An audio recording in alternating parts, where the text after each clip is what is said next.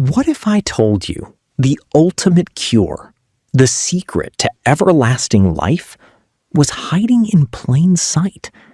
A fluid mirror, a silver key that unlocks the impossible? Imagine a substance that flows like water, yet possesses the heavy soul of a mountain, a living paradox that refuses to be contained. This is not myth. This is Quicksilver. The ancients didn't just find it, they worshipped it. In Egypt, they whispered it held the foundational spark of creation itself. Alchemists across centuries abandoned all logic, consumed by the singular burning obsession that this volatile fluid was the prima materia. They believed this living silver was the catalyst needed to transmute common lead into radiant, perfect gold, unlocking infinite wealth. But the promise didn't stop at wealth. To touch it, to possess it, was to feel the vibration of godhood. It was the missing ingredient for the elixir of life. Humanity was seduced by its beauty, ignoring the whispers of death. They went deep underground, risking their lives to unearth its raw, rocky form. They sought out cinnabar, the stunning, blood-red stone that held the heavy, silver spirit bound tightly within its lethal embrace.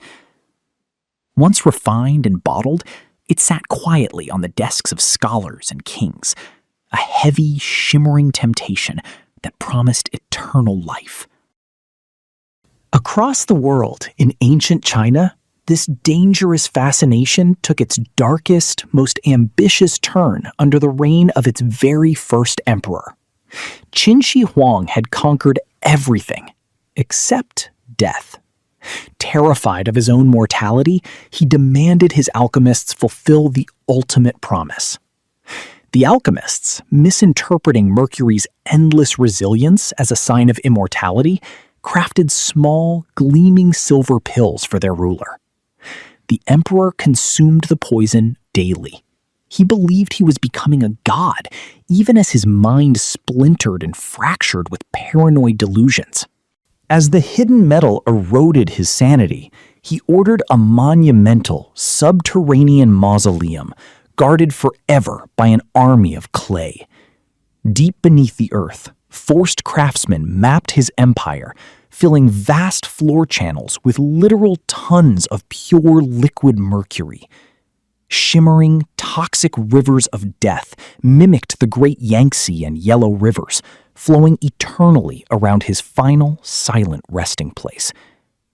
The very elixir that promised eternal life hastened his violent end. Qin Shi Huang was buried in a tomb of silver death, a prisoner of his own cure.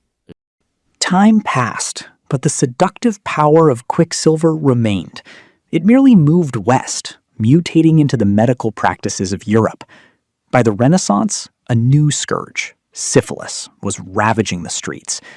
Desperate for a cure, doctors turned once more to the heavy metal. The treatment was brutal. Patients were rubbed raw with thick mercurial ointments, or sealed in steam baths filled with poisonous metallic vapors. A single night with Venus, a lifetime spent with Mercury, became the grim idiom of the age. The element didn't just fight disease, it attacked the patient.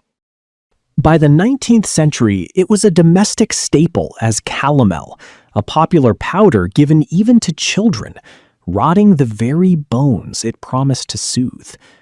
Meanwhile, industry embraced Mercury's power for profit, specifically in refining felt hats in cramped, dangerous workshops.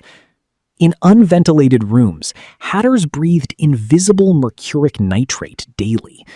The effects were catastrophic and horrifying. They developed uncontrollable tremors, severe paranoia, and wild, vivid hallucinations, giving life to the tragic phrase, "as mad as a hatter." The exact physical trait that made Mercury so alluring, its beautiful, fluid nature, is what made it a devastating, invisible predator. It easily masquerades as harmless, but once welcomed inside, it aggressively dismantles the central nervous system.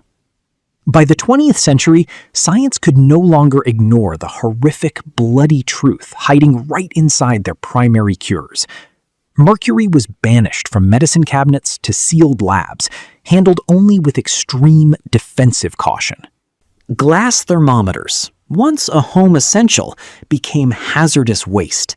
Their broken beads, now a stark reminder of hidden danger. Mercury quietly poisoned the mind, warping perceptions and trapping victims in a waking, silent nightmare. It stands as history's most profound and tragic irony. A beautiful substance, worshipped as the key to immortality, was in truth a patient, flawless assassin, delivering a slow, coded, and devastating silver death to any who dared seek its cure. We now know the truth. Mercury is not magic. It is a powerful neurotoxin. The alluring Quicksilver is a relic of our desperate desire to cheat nature. The tragedy isn't that ancient emperors and medieval doctors were simple. It's that they were human. They were desperate to believe the impossible. But the element endures. It exists between states, solid and liquid, cure and poison, life and death. Thanks for watching. For more dives into the hidden history, subscribe and ring that bell. Until next time, stay curious.